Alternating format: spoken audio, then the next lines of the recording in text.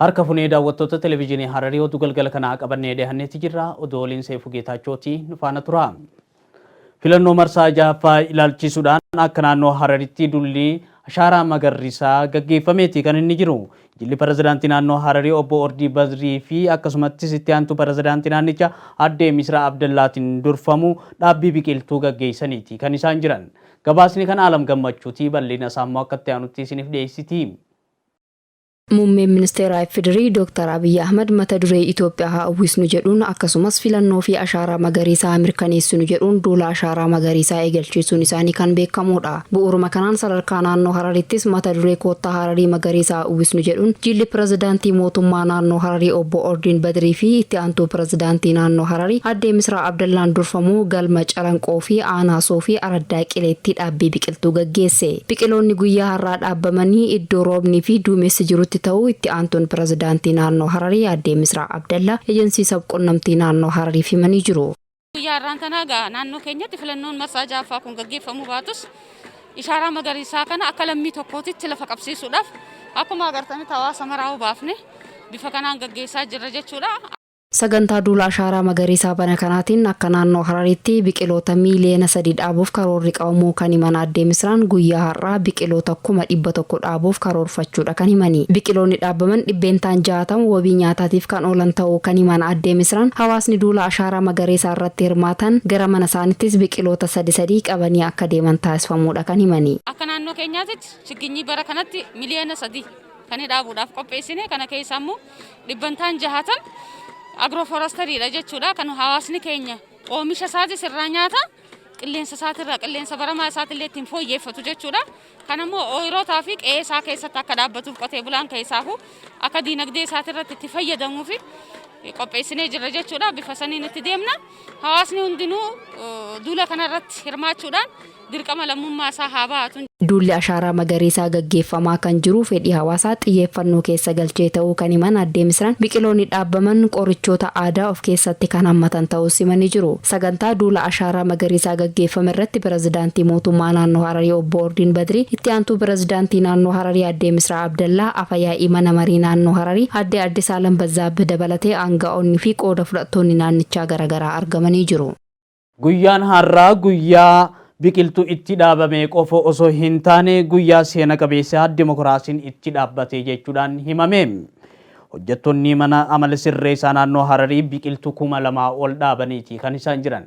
Gabaasni kan Heenok Girmaatii Faamii Ziyaad immoo bal'ina isaa akka itti aanutti isiniif dhiyeessa. Duula ashaaraa magariisaa bara kanaatiin naannoo Hararitti biqiltuu miiliyoona 3 dhaabuudhaaf karoorfamee gara hojiitti seenamee jira. Bu'uuruma kanaan guyyaa har'aan tanaa hojjettoonni mana amala sirreessaa naannoo Hararii biqiltuuwwan 2,000 dhaabanii jiran. Koomishinarri koomishinii mana amala sirreessaa naannoo Hararii Lataa Badhaadhaa ergaa yeroo biqiltuu dhaaban dabarsaniin guyyaan har'aan tanaa guyyaa biqiltuun itti dhaabame qofa osoo hin ta'in guyyaa seena qabeessa dimokiraasiin itti inkurfame jechuudhaan dubbatan. ችግኝ ብቻ መትከል ሳይሆን ትክክለኛ ዲሞክራሲ በአገራችን የሚተከልበት ቀን ነው። biqiltuu dhaabuu qofa osoo hin taane dimokiraasii sirriin biyya keenyatti guyyaatti dhaabamuudha. Biqiltuu dhaabbiin keenya waan qabatamaa guyyaa seena qabeessadha. Guyyaa seena qabeessa kana biqiltuun dhaabame kunuunfamuu qaba. Sa'aatii kana eegallee bishaan obaasuu jalqabna. Dimokiraasiin keenya lafa akka qabatu sagaleen saba keenyaa akka kabajamuuf immoo isa duriirra kan caalu hojii keenyatti fufna. እንዲከበር ደግሞ ከወትሮ የላቀ ስራችንን እንቀጥላለን. Itti dabaluudhaanis koomishinar Lataan biqiltuu dhaabuun dhiqama biyyee ittisuuf madaala qilleensa baramaa eeguu fi wabii nyaataa mirkaneessuudhaaf gumaacha olaanaa qaba jedhan. ችግኝን ማትከል ዘርፈ ብዙ ጥቅሞች አሉት. biqiltuu dhaabuun faayidaawwan roga hedduu qaba. Inni ijoon haala qilleensa naannoo sirreessa. Kan biroo biqiloonni dhaabaman yommuu ga'u ijaarsawwan adda addaaf oolu. Kanneen dhaabaman kanneen firiin isaanii nyaatamu viitaaminii adda addaa kan qabanii fi hanqinoota nyaataa kan furanidha. የቪታሚን እጥረትን የሚሰጡ ናቸው። biqiltuuwwan guyyaa har'aan tanaa dhaabaman kanneen akka zayituunaa, paappaayyaa, gishxaa fi kanneen kana fakkaatan yoo ta'an biqiltuuwwan kana dhaabuu qofaa miti akka lalisaniifis kunuunsa taasisutu nurraa eegama jechuudhaan dubbatan. ይሄንን ችግኝ ስንተክል ቀደም ሲል ካለኝ ኢንፎርሜሽን biqiltuu kana yommuu dhaabnu odeeffannoon dursee dhagaye kunuunsa dhabuudhaan biqiloonni hedduun akka gogan Odeeffannoo qabnurraa kaanee nuyi miseensonni waraanaa fi hojjettoonni siivilii biqiltuu irra dhaabanii deeman kana ni kunuunsu. Dabalataanis idileedhaan hojjetaa itti qacarreerra. Bishaan hiineerra achii bishaan fuunee obaasna. ያኩሬ ከዛ ውሃ እየወሰድን እናጠጣለን። hojjettoonni koomishinii mana amala sirreessaa naannoo Hararii sagantaa ashaaraa magariisaa kanarraa qooda fudhatan gama isaaniitiin ashaaraa isaanii biqiltuu dhaabuudhaan mul'isuu isaaniitti gammaduu ibsuudhaan biqiltuu dhaabuu qofa osoo hin taane akka kunuunsanis dubbatan.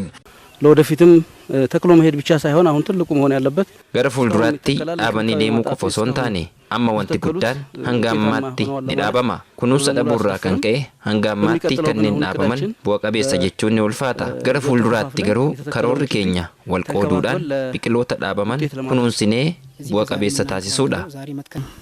ችግኝ መትከል ማለት አንድ ልጅ እንደመውለድ ነው የሚቆጠረው። Duula ashaaraa magariisaa marsaa sadaffaa bara kanaa milkeessuudhaaf hundinuu qooda akka fudhataniis waamicha dabarsanii jiran. Duula ashaaraa magariisaa marsaa sadaffaa milkeessuudhaaf dhaabbii biqiltuu eegaluu isaanii jiraattonni Anaasoo fi Ardaaqilee himaniitii kan isaan jiran. Biqiltuulee kunneen lafa qabatanii hanga guddatanitti kunuunsa barbaachisu kan taasisaniif ta'u jiraattonni kunneen addeessaniitii kan isaan jiran. Gabaasni kan Misikir Alamaayyootii bal'inni isaa akka itti aanutti isiniif dhiyaata. Bara kana akka biyyaatti duula ashaaraa magariisaa marsaa sadaffaa gaggeeffamuun biqiltuu biliyoona 6 dhaabuuf karoorfamee hojjetamaa kan jiru yoo ta'u, waggaa 5 keessatti biqiltuu biliyoona 20 dhaabuuf yaadamee raawwiin isaas itti fufee jira. Guyyaa irraas filannoo marsaa 6ffaa akka biyyaatti gaggeeffamu sababeeffachuun dhaabbiin biqiltuu gaggeeffamee jira. Bifuma wal fakkaatuun naannoo Harar, Anaasoo fi Ardaaqileettis jiraattonni ganamaan ba'uudhaan dhaabbii biqiltuu kanarratti hirmaatanii jiru. Hirmaattonni sagantaa kanaas duula ashaaraa magariisaa marsaa sadaffaa kan naannichaatti qabamee dhugoomsuu fi hamileen ba'anii hirmaannaa gochaa kan jiran ta'uu turtii ejeensa qunnamtii uummata naannoo Hararii waliin taasisaniin ibsanii jiru. Kanaafiin asirratti dhiyaannee jechuudha. Dongoraa furadhee akaafaa furadhee asirratti dhiyaannee jechuudha. Biqiltuu firii 15 dhaabe. Bishaan itti qicaa hanga isiin qabattu tajaajiluudhaaf if qabeetiin jira. Qophaa'eetiin jira. Namoota kaan asumarratti jabaadhaa jeetiin muuxannoo kannaaf. Buufiin garaa kanarra bulla. Biqiltuu dhaabuun tun haalaan nu mijooti. Bineensi nurraa godaanes nuuf gala. Bakka bineensi hin jirree fi fuuni sodaachifamti. Qilleensaafis dawaadha. Addunyaan jala nuuf dhaabbatti. Qaceelloon misooma haalaan qabdi. Gaarri gaffaanii fi bakki aduun jala gatteenyee hafuuratti baafannullee duraanii dhabamte. Alhamdulillaahi ammaan tana biqiltuu dhaabuun mootummaan waliin baatee kan nu laalan tun haa galatoomanii jeetiin itti yaadaa bareedduudha. Biqilee bareeddee jirti. Asii yoo laalte gaara kana gubbaa gurguddoo jira bareedduu ta'e nu jala gattaa. Dhaabbiin biqiltuu gaggeeffamu kun haala qilleensa mijataa uumuu fi gammoojjummaa hir'isuu keessatti qoonni inni qabu olaanaadha kan jiran jiraattonni kunneen uummanni marti kana beekee dhaabbii biqiltuu kanarratti hirmaannaa waa gochuu qaba jedhanii jiru. Saniifuu hawwiidhaan kaaneeti biqiltuu dhaabuudhaaf biyya teenya jijjiiruu barbaaduudhaaf asitti argamnee jechuudha. If keessaa nu keessaa dhufte. Kanaafuu biqiltuu hedduu dhaabnee ganama kana baanee jirra. Faayidaan isaa qilleensaaf bareedaadha. Silaa yoo mukaan qabaanne gaarri ni oowwa. Hogguu guddate qilleensaaf bareedaadha. Kan adda addaatis wanni bineensonni keessan ni hoora. Kanaan dabalatatti biqiloota kanneen dhaabuun qofti gahaa miti kan jiran jiraattonni kunneen biqiloota dhaabaman kanneen hanga kaayyoo barbaadameef ooluu eegalutti namoonni miira itti gaafatamummaatiin kunuunsuun akka isaan irra jiraatu himuun gama isaaniitiin biqiloota dhaaban kanneen hanga dhumaatti kan kunuunsan ta'uu himanii jiru. Kunuunsuudhaafis qophooynee jirraa jechuudha. Hanga isiin mul'attee jijjiirtuu gammoojjii tana barbaada keenya. Yaadan keessa jiru jechuudha. Bu'aa gaarii fidaa biyya qabbanatti jijjiiraa rooballee ni harkisaa jennee yaada qabnaa jechuudha. Naannoo Koottaa Hararii magariisa hawwisnu jedhuun kan gaggeeffamu yoo ta'u biqiltuu miliyoona 3 dhaabuuf karoorfamee hojjetamaa kan jiru ta'uu odeeffannoon biiroo misooma qonnaa naannichaarraa argame ni mul'isa.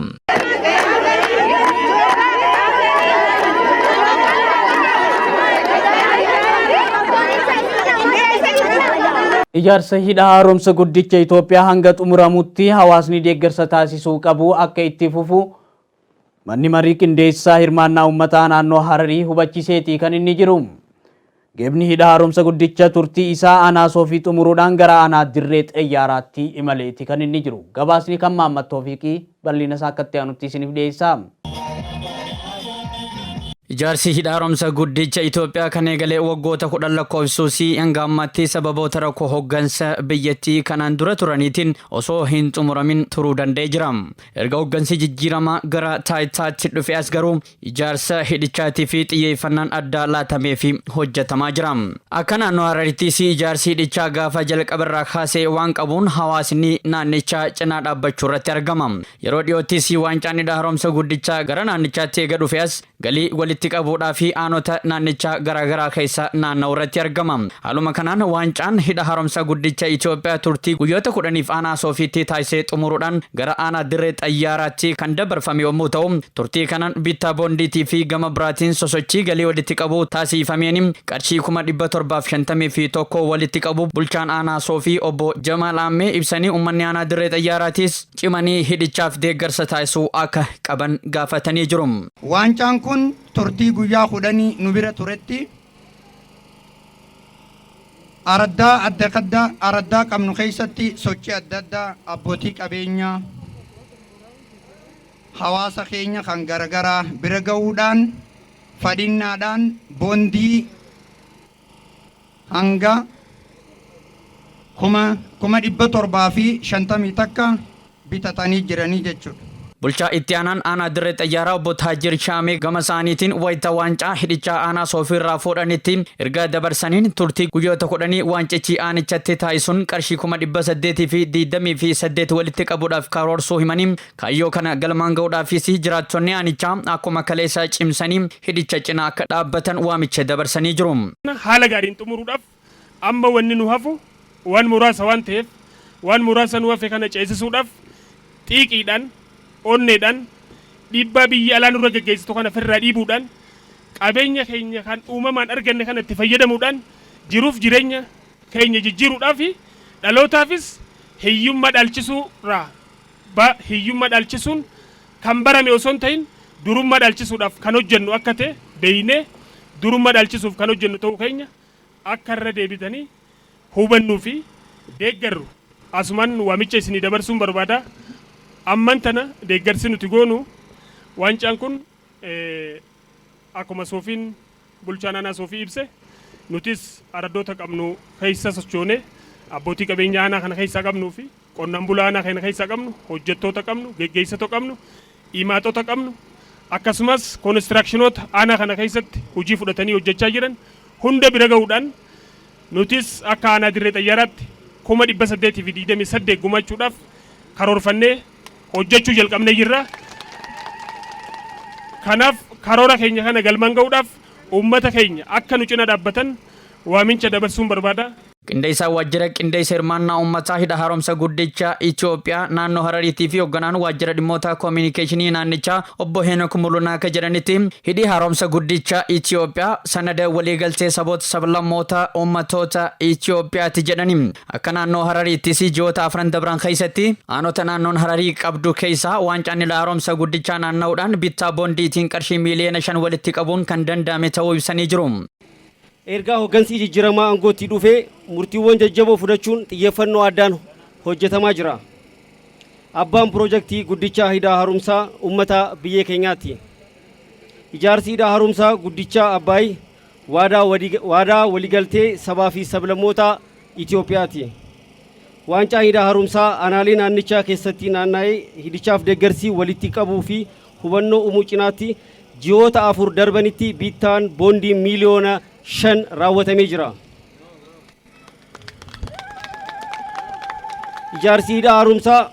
Ijaarsi hidhichaa Itoophiyaa gara daandii badhaadhinaa fi guddinaa ceesisuuf piroojeektiin hojjetamaa jiruuf waan ta'eef lammiileen biyyattii hirmaannaan deeggarsi taasisuu irratti argaman. Ijaarsi hidha haaromsaa guddichaa kan xumursiisuufis deeggarsi hawaasaa gama dinagdee humnaa fi haamileen guutuun hojjetamaa irratti argama. Itti dabaluudhaanis jedhan obbo Heenok hidhichi guutummaan guututti wayita xumurametti maddaanni isaa ta'uun cinaatti hawwata turizimii fi carraa hojii uumuun dinagdee biyyattii cimsuudhaan biyyattii biyyoota galii giddugaleessaa qabanii cinaa hiriirsuudhaaf shoorri inni gumaachuun olaanaa ta'us ibsanii jiru. Jiraattonni aanolee lameenis deeggarsi hidhicha hanga ijaarsichi xumuramutti kan itti fufuu fi cimanii kan tokkummaadhaan deeggaran ta'uu ibsanii jiru. Namni dinagdee hin qabne hiyyummaa fi saaxile cabaafis tuffatamuufis gadaantummaafis gizee cufa gargaarsa ka barbaadu taa'e jechuudha. Kana cufa wanni nu godhe siyaasaan addunyaarra deemsifamuu dhiibbaan amma laaltee ija guddoon agarru kana baay'ee hiraar guddoo kan uffidee takkummaa keenya bakka takka walitti deebisee diinaa firraa qolachuuf dhoorkuuf qabsoo barbaachisaa harka wal qabannee yeroo itti geenye takka ta'u nuti warra ijoollee nuti dhalle ka baratee miti. Nuti warri wallaalaanu ka itti ifaa garree jechuudha. Hojiin keenya qindoominaan hojjechaa jirra. Baay'ee yoo xiqqaate miliyoona 2 waliin qabna jeetti yaada akka aanaa soofiitti. Waancaa kan hanga inni dhumutti itti hirmaadheetiin akkasi qabeenya kiyyaan akkasi isaa wajjin jiraadha hanga layni san dhumutti inaa lubbuu irraa hanga lukkuutti hangaan fixutti boodan deebu jeetiin gammachuu akka ajaa'ibaan dhagaamee waancaa kana fidee dhufe jechuudha. Aanaa dirree xayyaaraatti waancaan haaromsa guddicha Itoophiyaa guyyoota 10 fi turtii kan taasisu ta'uu sagantaa irraa hubachuun danda'amee jira. Ogeeyyileen miidiyaatii fi ogeeyyileen fayyaa dhimma HIV/AIDS irratti ergaa sirrii dabarsuudhaan tatamsaa'ina isaa xiqqeessuudhaaf qooda gama isaanii bahuu akka qaban biiroon eegumsa fayyaa naannoo Hararii yaamicha dhiyeesse. Biiroon eegumsa fayyaa naannoo Hararii dhimma kanarratti ogeeyyilee kanneeniif leenjii kenneeti kan inni jiru. Gabaasni kan faamii Ziyaadii bal'ina isaa akka itti aanutti isiniif dhiyeessa. Naannoon Hararii tatamsa'ina HIV/AIDStiin akka biyyoolessaatti naannolee dhukkubichi sadarkaa olaanaan itti dabale keessaa takka yoo taatu tarree Finfinnee, Beenishaangul Gumuzii fi Dirree Dhawaanfaan keessa jiran keessatti argamti. Tatamsa'ina HIV/AIDS dhaabuudhaaf qaamoleen qooda fudhattootaa kanneen garaagaraa naannichatti qindoominaan hojjechuu irratti argamu.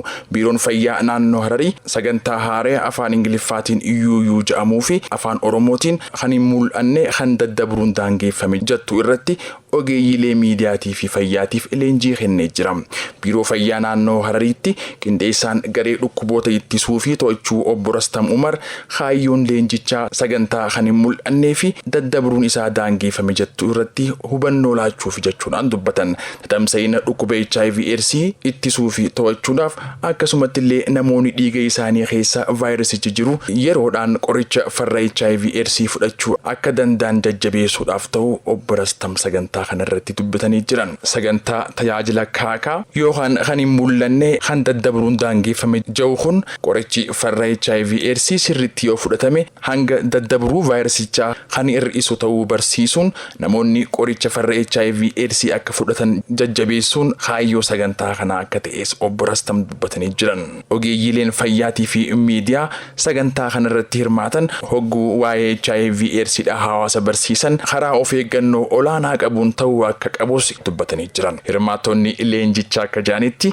ogeeyyileen fayyaatii fi miidiyaa odeeffannoowwan hawaasa biraan yeroo gahan of eeggachaa ta'uu qaba jechuudhaan dubbatan. Naannoon Hararii tatamsa'ina HIV/AIDStiin akka biyyoolessaatti Beenishaangulii fi Finfinneetti aantee sadarkaa sadaffaa irratti argamti.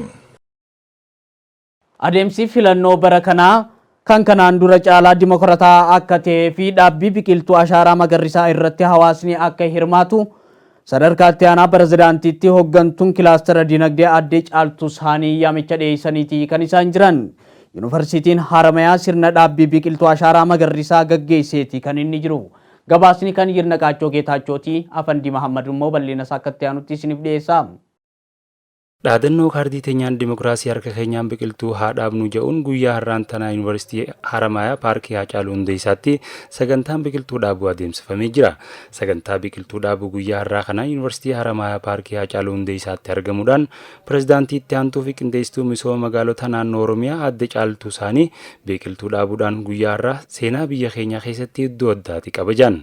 Duula biqiltuu dhaabuu guyyaa filannootti gaggeessuun hojii dhaloota dhufu biyya mijjooytuu akka dhaalan taasisuuti jaan. Addee Caaltuun filannoon bara kana bifa iftoomina qabuun adeemsifamaa jira kan jaan Addee Caaltuun paartiilee filannoo ammaan dura irraa ugguramanii turan hirmaachisuun guyyaa addaatti taasisa jaan. Itti dabaluunis biqiltuu dhaabuun biyya magariisa dhaloota dhaalchisuudha kan jaan Addee Caaltuun hawaasniinis dammaqinaan bahuudhaan akka biqiltuu dhaabu dhaamaniiti jiran. እንግዲህ የዛሬው ቀን ታሪካዊ ቀን ነው። Guyyaan irraa guyyaa seena qabeessadha. Kaardii keenyaa fi sagalee keenyaan guyyaatti dimokiraasii dhaabnu, harka keenyaan immoo ashaaraa magariisaa bara baraa dhaabna. Kun immoo seenaa keessatti kan hin baramne kan jalqabaa ta'ee natti dhaga'ama. እንግዲህ በታሪክ ያልተለመደ መጀመሪያ ሆኖ ነው የሚሰማኝ። Pireezidaantii Yuunivarsiitii Haramayaa Dr. Jamaal Yusuf Game isaaniitiin filannoon bara kanaa kan injifannoon dimokiraasii itti argamuu danda'amee fi hiyyummaa keessaa ba'uuf dhagaan bu'uuraa itti kaa'amu jaan. Guyyaan irraa kan wareegama kalee isaatiin argame kan jaan immoo bulchaan bulchiinsa godina Argeebaa obbo Hussein Fayyisoo Game isaaniitiin filannichi jiddu seentummaa biyya alaa hambisuudhaan karaa dimokiraasiitiin murteessuu akka dandeenyu kan itti agarsiifnu jaan. ግን ዛሬ ለየት የሚያደርገው የእኩልነት የነጻነት የዲሞክራሲ har'a wanti adda godhu dimokiraasii walqixxummaa bilisummaa uummanni keenya ofii isaaniin kan murteessan carraa borii isaanii kan itti arganii fi kanaan dura walqoodinsa sanyummaa qoqqooddii ture kan itti gatan guyyaa murteessituudha guyyaan kun. Kanaafuu saboota keenya wal jibbisiisaa walitti naqaa kan ture isa yaada dhuunfaa isaaniitiin guyyaatti murteessan waan ta'eef guyyaan kun addadha.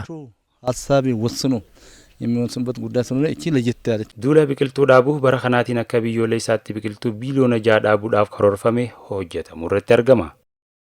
Egaan hordoftoota keenya oduu galgala kanaaf qindeeffannee isin bira gahaa turre kanaan gaammaatti ture qophiilee hafan wajjin immoo turtii gaarii.